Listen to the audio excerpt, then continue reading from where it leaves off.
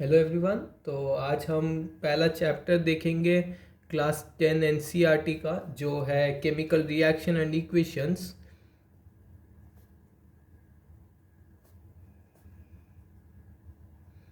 तो ये चैप्टर आपकी केमिस्ट्री साइड में आता है। एंड मैं, जैसे आप जानते कि मैं काफ़ी शॉर्ट रखता हूँ वीडियो, जितना शॉर्ट हो सके, और एकदम क्लियर रखने की कोशिश करता हूँ कॉन्सेप्ट। सो आगे के जो दो मतलब जो इसके मैं स्टार्ट करूँगा सीधा केमिकल इक्वेशन से, जो आपके पेज 2 में होगा बुक के।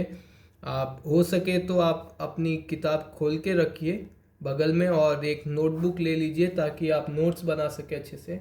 ये काफ़ी काम आएंगे आपको एंड मोमेंट में प्रिपरेशन के लिए, क्योंकि पूरी बुक पढ़ना बहुत यूजलेस होता है आखिरी में रिवीजन के वक्त।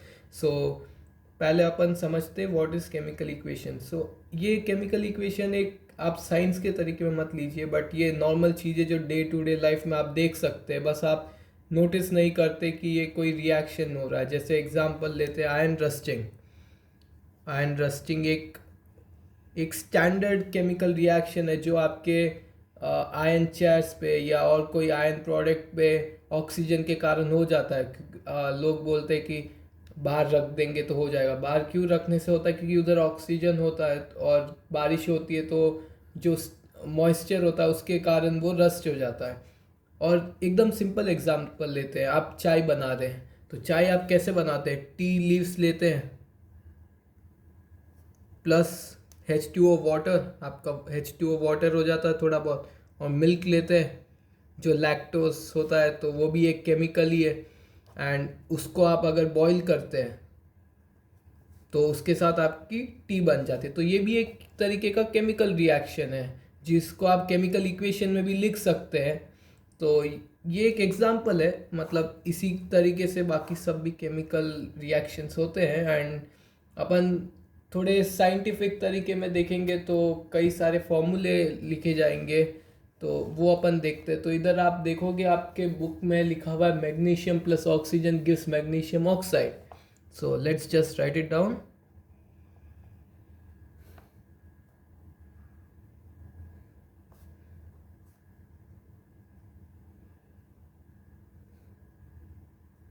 So अब आप अगर टी लीव्स प्लस, अपन इसमें मैग्नीशियम ऑक्साइड पे बाद में आएंगे। पहले जब ये आप ले रहे हो tea leaves plus water plus milk, तो ये आपका क्या होता है?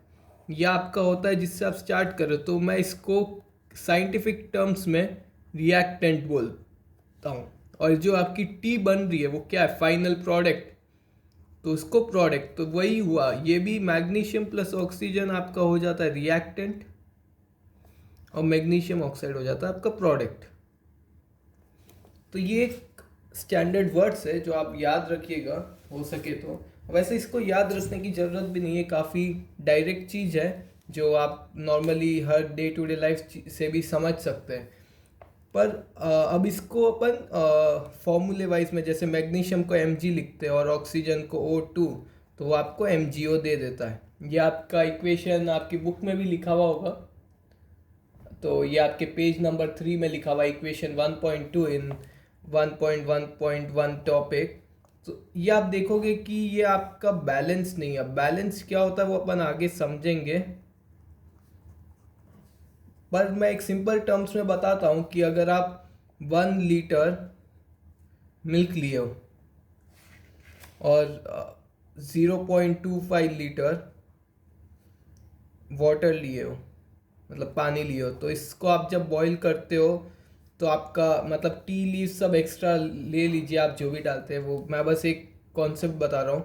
तो आपका 1.25 लीटर टी बनता है,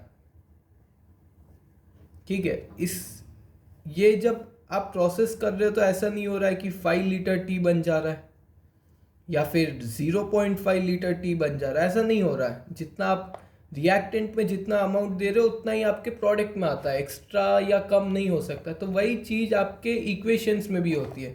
तो आप अगर one one amount of magnesium और 1 अमाउंट ऑफ ऑक्सीजन दे रहे हो, तो फिर आपका 1 अमाउंट ऑफ MgO आएगा। बट आप इधर देख सकते हैं 1 into 2, मतलब 2 प्रोडक्ट्स ऑफ ऑक्सीजन दिया गया है, बट इधर कितना है आपके 1 प्रोडक्ट, मतलब आपके कुछ कम आया है, व्हाट डज दिस मीन कि आपका ये रिएक्शन बैलेंस नहीं है। तो ये एकदम सिंपल चीज़ है समझने की, बैलेंस कैसे करना है इक्वेशन, वो अब अगला टॉपिक ही है।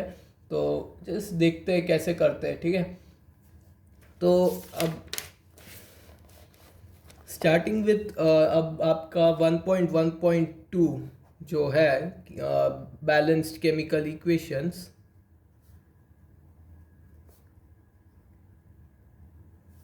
तो ये अभी जैसे मैं बोल रहा था कि अगर रिएक्टेंट में कुछ अमाउंट ऑफ प्रोडक्ट्स, कुछ अमाउंट ऑफ चीज़ें है, तो वही उतना ही अमाउंट आपके प्रोडक्ट साइड में भी होना चाहिए। तो वही आपको क्या एग्जाम में 1 मार्क 2 मार्क्स में शायद आ जाए कि एक सिंपल सी इक्वेशन दे दी जो बैलेंस नहीं, और आपको बैलेंस करने का बोल दिया, और आपका लक अच्छा हुआ तो थोड़े बड़े क्वेश्चंस में भी आ जाएगा।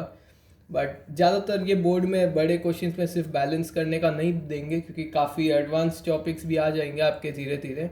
काफ़ी इंटरेस्टिंग है, आप बस बने रहिए और सब्सक्राइब कर दीजिए हमारे चैनल को। तो अब स्टार्ट करते हैं। इसमें आप देखोगे आपके फर्स्ट लाइन में लिखा हुआ है लॉ ऑफ कंजर्वेशन ऑफ मास।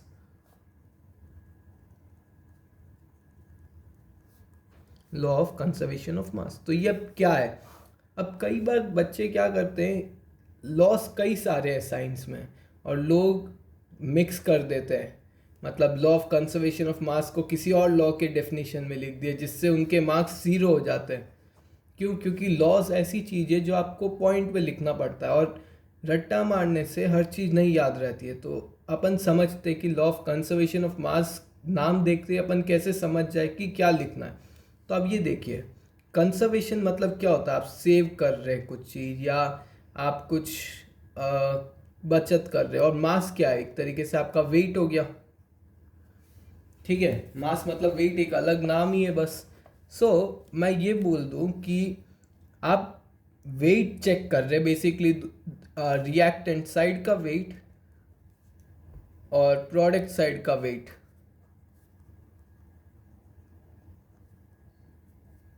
ठीक है, अगर इधर का वेट 1 है तो इधर 2 नहीं होना चाहिए, इधर 2 है तो इधर 1 नहीं होना चाहिए। तो वो आप चेक कर रहे हैं। तो बेसिकली वही है लॉ ऑफ कंजर्वेशन ऑफ मास, बस एक स्टैंडर्ड टर्म्स में आपको लिखना होगा, क्योंकि इन सब चीज़ों में आप अपने मर्जी के वर्ड्स नहीं लिख सकते। बट ये चीज़ से आपको एक आइडिया आ जाएगा, और एक बार आइडिया आ गया तो आप वो वर्ड्स याद रख लेंगे अपने आप, वो आपके कनेक्ट हो जाएंगे।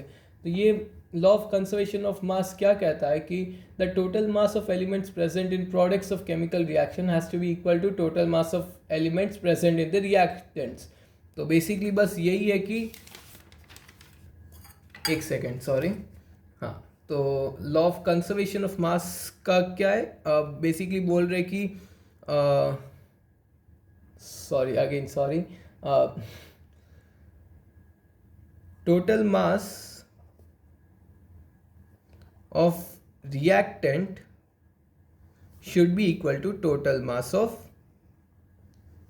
product in chemical reaction। so ये इतना सिंपल है, ये आप एक तरीके से फॉर्मूले जैसे भी याद रख ले। फॉर्मूला भी नहीं, ये काफ़ी एकदम डायरेक्ट चीज़ है जो आप नाम से समझ सकते हैं, ठीक है। तो अब इतना हो गया, तो अब अपन सीखते हैं बैलेंस कैसे करना। कोई भी इक्वेशन दे दे, बैलेंसिंग सिर्फ आपके एग्जाम पॉइंट ऑफ व्यू से मत रखिए, बल्कि अगर आगे केमिस्ट्री के एडवांस क्वेश्चन आएंगे तो भी उसमें कहीं ना कहीं आपको बैलेंस करना रहेगा इक्वेशंस। भले वो डायरेक्टली बोला नहीं गया, बट वो सम्स में आ जाता है बैलेंस करने को। तो ये चीज़ बेसिक है, और बेसिक्स हमेशा हमेशा इम्पॉर्टेंट होते हैं, तो आप ढंग से समझिएगा। तो अब अपन सीखते हैं balancing chemical equation.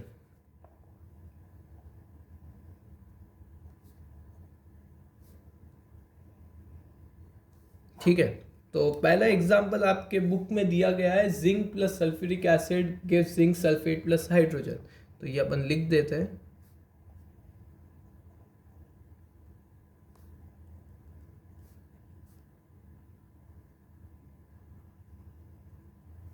Plus hydrogen, ठीक है। अब इसका, ये तो इंग्लिश सेंटेंस है, केमिस्ट्री में कभी भी इंग्लिश सेंटेंस नहीं चलते, इसमें इनके अगेंस्ट इनके जो फॉर्मूला वो लिखने होते हैं। तो जिंक का क्या हो जाता है Zn, सल्फ्यूरिक एसिड का क्या हो जाता है H2SO4। ये सब चीज़ें, ये स्टैंडर्ड जो है वो आपको याद रखना होगा, जो आप अपने आप याद हो जाएंगे धीरे धीरे प्रैक्टिस के साथ, ऐसे रट्टा मारने मत बैठ जाइएगा। और जिंक सल्फेट हो जाता है ZnSO4 और हाइड्रोजन हो जाता है H2। अब अपन को इससे बैलेंस करना। अब आपकी बुक में आप देखेंगे तो करीब 1 2 3 पेज में ये पूरा सम करा गया है, और अपन इसको सिर्फ आधे पेज में करना सीख लेंगे। ठीक है, तो सबसे पहले चीज आप एक टेबल बना दीजिए। ठीक है, इधर एक लिख दीजिए एलिमेंट्स, इधर लिखिए LHS, इधर RHS। ठीक है, और ये आपके LHS ये है होता है और RHS ये होता है, जो एरो के राइट साइड में वो RHS, उसके लेफ्ट साइड में वो LHS। तो अब पहले सारे एलिमेंट्स लिखने जो भी है। तो इधर देखिए एक जिंक हो गया, एक हाइड्रोजन हो गया, एक सल्फर हो गया, एक ऑक्सीजन हो गया। तो 4 एलिमेंट्स है। राइट साइड में भी देख लीजिए उतने वही है ना, जिंक, सल्फर, ऑक्सीजन, हाइड्रोजन। ठीक है, तो अब क्या करना है, अपन को लिखना है कितने एलिमेंट्स यूज हुए। जैसे मैं बता रहा था कि 1 लीटर दूध और आधा लीटर मतलब 0.25 लीटर्स अगर वाटर है, तो मतलब वैसे ही इधर कैसे जिंक कितना है 1, बेसिकली 1 इंटू कुछ भी तो 1 ही रह गया, तो जिंक 1 है। और H2 मतलब हाइड्रोजन कितना है 2, तो ठीक है 2 लिख दिए। और S कितना है 1, 1 लिख दिए। ऑक्सीजन कितना है वो 4 है, 4 लिख दिए। अब इधर देखिए, इधर भी जिंक 1, तो 1 लिख दिए। S 1, 1 लिख दिए। ऑक्सीजन 4 है तो 4 लिख दिए। हाइड्रोजन 2 है, 2 लिख दिया। अब आप इधर देखोगे तो आपके ये वाला भी सेम है। ठीक है, LHS इक्वल टू RHS, ये LHS इक्वल टू RHS, ये भी LHS इक्वल टू RHS, ये भी LHS equal to RHS। Hence this is a balanced equation.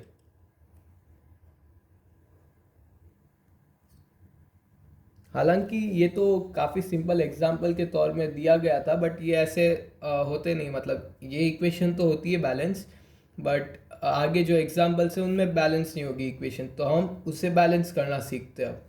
तो अब अगला एग्जाम्पल जो आपके किताब में दिया गया है वो ले लेते हैं अपन भी। आगे अपन और भी थोड़े देखेंगे, मतलब अलग अलग एग्जाम्पल्स, जो जो भी सवाल है आपके इधर वो सब भी देखेंगे। ठीक है, तो अब ले लेते हैं अगला एग्जाम्पल आपके दिया हुआ Fe plus H2O gives, Fe plus H2O gives Fe3O4 plus H2, Fe3O4 plus H2। ठीक है, तो अब अपन को इसे बैलेंस करना है। अब पहले अपन को देखना है कि बैलेंस है नहीं है, कहीं बैलेंस हुई तो बैलेंस करने की ज़रूरत ही नहीं है, तो वही टेबल बना लीजिए वापस। तो इधर क्या एलिमेंट्स, इधर LHS, इधर RHS, ये आपका हो जाता है LHS, ये हो जाता है आपका RHS। ठीक है, तो अब एलिमेंट्स लिख लेते हैं। Iron Fe, hydrogen H, O oxygen. कई बार क्या आप ये एलिमेंट्स के नाम याद नहीं रहते, Fe को क्या बोलते, तो क्या जब भी आप ये लिख रहे तो आप इसको सिर्फ एलिमेंट के सिंबल से नहीं उसके नाम से बुलाइए। जैसे Fe मतलब आयरन, तो आपकी क्या प्रैक्टिस के साथ साथ आपको ये सब चीज़ें याद होने लग जाएगी। तो Fe आपके आयन हो गया, H हाइड्रोजन, O ऑक्सीजन, ये लिख दिए। अब LHS में कितना, Fe आपका 1 है तो 1 लिख दिए। हाइड्रोजन आपका 2 है, 2 लिख दिया। ऑक्सीजन आपका 1 है, 1 लिख दिए। अब वापस RHS में Fe आपका 3 है, देखिए अनबैलेंस हो रहा है। ऑक्सीजन 4 है तो 4 लिख दिए। हाइड्रोजन 2 है। ठीक है, अब देखते हैं ये बैलेंस्ड है क्या। 1 इज़ नॉट इक्वल टू 3 तो नॉट बैलेंस। ये बैलेंस्ड है, हाँ 2 इक्वल टू 2 होता है। ये बैलेंस्ड है, नहीं 1 इज़ नॉट इक्वल टू 4। तो अब अपन को क्या करना है, इस इक्वेशंस को बैलेंस करना है। तो काफ़ी सिंपल चीज़ है ये, इतना कुछ कॉम्प्लेक्स नहीं। अब देख लीजिए आप, ये 3 है, ये 1 है, मतलब आपको ये दोनों इक्वल करने के लिए क्या करना होगा, ये इंटू 3 कर देना होगा, बराबर। और ये तो इक्वल है, अब इसको इक्वल करने के लिए इंटू 4। ठीक है, मतलब काफ़ी सिंपल चीज़ है। अब अपन क्या कर देते हैं, इसी इक्वेशन को अब नए तरीके से लिख देते। अब अपन Fe को इंटू 3 किए, और अपनी पहली इक्वेशन क्या थी, Fe थी सिर्फ, तो 3 इंटू Fe। ठीक है, प्लस अब अपन ऑक्सीजन को भी 4 इंटू 4 किए, बट हाइड्रोजन को नहीं किया। और इधर है H2O, तो आप ऑक्सीजन को ऐसे H2O2 नहीं लिख सकते, H2O4 नहीं लिख सकते, वो गलत है। तो आपको क्या पूरे एलिमेंट के लिए, मतलब 3 इंटू Fe प्लस 4H2O करना पड़ेगा, मतलब हाइड्रोजन को भी 4 से बढ़ाना ही पड़ेगा और कोई ऑप्शन ही नहीं आपके पास। अब इसको लिख देते हैं Fe3O4 प्लस H2, क्योंकि RHS में तो कुछ करना नहीं था। अब देखते हैं वापस बैलेंस हुई है नहीं है या नहीं, क्या अगर कोई वापस अनबैलेंस्ड हो जाए तो वापस दिक्कत है, तो उसको वापस सही करना होगा। तो वापस देख लेते हैं एक बार। तो FeHO, अब इधर क्या Fe कितना है 3 है, हाइड्रोजन कितना है 4 × 2 सा 8, ऑक्सीजन कितना है 4। RHS में Fe आपका 3 है, ऑक्सीजन 4 है, हाइड्रोजन 2 है। अब इधर गड़बड़ है, अब इधर RHS कम है, LHS ज़्यादा है, बराबर। तो अपन को क्या करना होगा, इसको इंटू 4 कर देते तो 8 8 हो जाएगा, बराबर। तो अब नई इक्वेशन लिखते हैं अपन, 3Fe plus 4H2O gives Fe3O4। अब अपन को हाइड्रोजन में सिर्फ जोड़ना है, ठीक है। तो अब क्या करो, इधर हाइड्रोजन है H2, इधर इंटू 4 करने का बोले तो 4H2 लिख दो। अब ये आपकी इक्वेशन ख़त्म, ये बैलेंस हो गई इक्वेशन। अब अगर आप वापस टेबल बनाएंगे, जैसे अपन बना के देख लेते हैं एक बार वापस टेबल, एलिमेंट LHS RHS, तो आप देखिए FeHO, आपका Fe कितना है, LHS 3 है, हाइड्रोजन कितना 8 है, 4 × 2 सा 8, ठीक है। सॉरी अब ये जगह कम हो गई। और ऑक्सीजन कितना है 4, तो 4 लिख दीजिए। RHS में कितना है, Fe कितना, आयन कितना है 3, ऑक्सीजन 4, हाइड्रोजन 4 × 2 सा 8। तो अपने क्या, ये भी बैलेंस्ड है, ये भी बैलेंस्ड है, ये भी बैलेंस्ड है।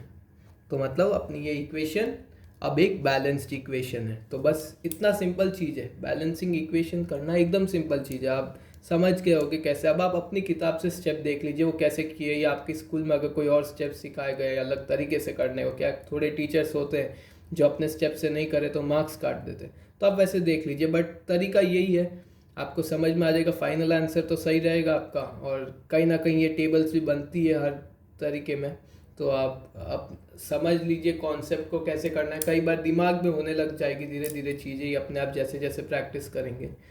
तो बस इस वीडियो के लिए इतना ही। अब अगले वीडियो में अपन थोड़े सवाल करेंगे, जो आपके इन एक्सरसाइज सवाल है, इसके जस्ट बाद 3 सवाल है, तो वो पूरे अपन सॉल्व करेंगे। तो अगर आप नए हो इस चैनल पे तो एक काम करिए, आप सब्सक्राइब कर दीजिए इस चैनल को और लाइक कर दीजिए वीडियो। और अगर थोड़े दोस्त वोस्त हैं आपके तो उनको शेयर कर दीजिए, शायद उनके काम आ जाए वीडियो।